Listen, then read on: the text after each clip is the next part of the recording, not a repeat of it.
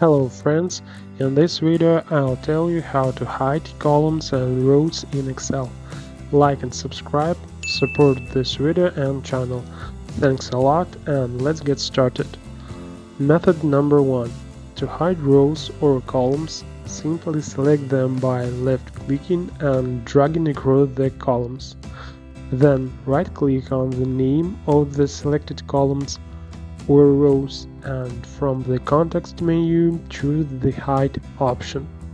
This way we hide rows or columns. Method number 2. Keyboard shortcuts.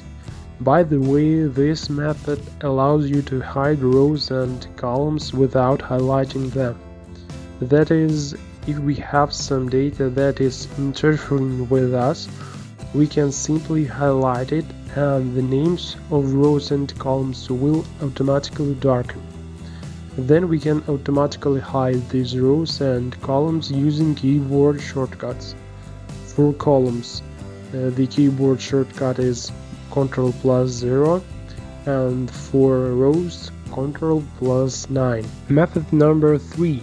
After selecting the rows and columns that need to be hidden, go to the main menu, choose the Format option and select Hide and Unhide here. As we can see, it's possible to hide individual rows or columns separately. The hidden columns look like this.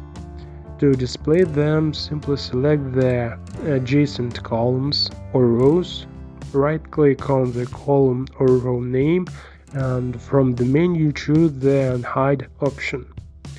Now you know a little more. Thank you for watching. If you have any questions, leave them in the comments and see you later.